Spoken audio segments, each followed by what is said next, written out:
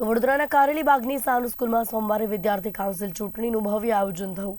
દેશના લોકશાહી તંત્રને સમજવા માટે વિદ્યાર્થીઓએ ચૂંટણીની આખી પ્રક્રિયા જીવંત રીતે માણી। વિશેષતા તરીકે વિદ્યાર્થીઓએ પોતાના જ પ્રયત્નોથી ઈવીએમ મશીન બનાવ્યા, જેમાં હેડ બોય, હેડ ગર્લ, હાઉસ કેપ્ટન અને સ્પોર્ટ્સ કેપ્ટન માટે અલગ અલગ મશીનો તૈયાર થયા હતા।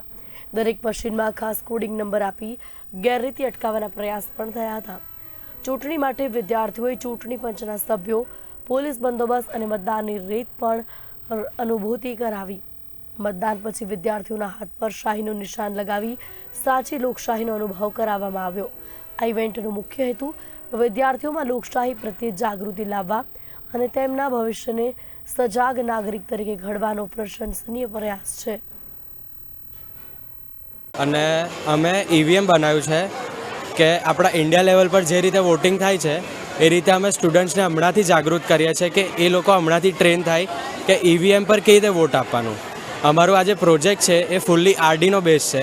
એમાં અમે કોડિંગ કરી છે, પછી વાયરિંગ કનેક્શન્સ કર્યા છે અને બાકી જે અમારું કોડિંગ જે હોય છે એમાં અમારા રીતે અમુક ચેન્જીસ કર્યા છે કે અમારે વોટિંગ કેવી રીતે આપવી છે। તો એ પ્રમાણે અમે ઈવીએમ બનાવ્યા છે અને એક ઈવીએમ છે 12 કેન્ડિડેટનું, જે હમણાં સુધીનું આ સ્કૂલનું સૌથી એડવાન્સ્ડ ઈવીએમ છે।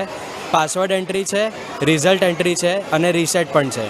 તો આપણે ઘણી બધી સ્કૂલ્સમાં જોયું છે કે જ્યારે પણ આવું કાઉન્સિલ ઇલેક્શન્સ આવે છે એ લોકો કાં તો ગૂગલ ફોર્મ્સ પર કાં તો પછી ઓનલાઈન પ્રિફર કરે છે, બટ ફોર અ ચેન્જ અમે આ વખતે ઈવીએમ થ્રુ વોટિંગ કરાવી છે, જે રીતે સ્ટુડન્ટ્સને ખબર પડે આગળ કે હમણાંથી એ લોકો ટ્રેન થાય કે ઈવીએમ પર કેવી રીતના વોટિંગ આપવાની।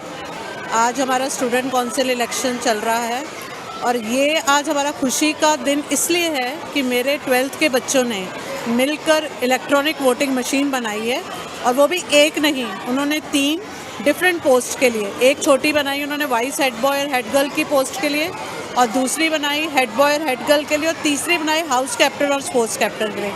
और इतने एडवांस तरीके से बच्चों ने, और जो 15 दिन से लगे हुए हैं, पूरी कोडिंग करी, कोडिंग करके कि हम तुरंत बच्चे वोटिंग करेंगे और उसी समय हमारा रिजल्ट बनता जा रहा है। तो पूरे इंडिया में जिस तरह से ईवीएम मशीन चलती है और वोटिंग होती है, वही पूरा माहौल हमारा आज है और बच्चे बड़ी खुशी से वोटिंग कर रहे हैं।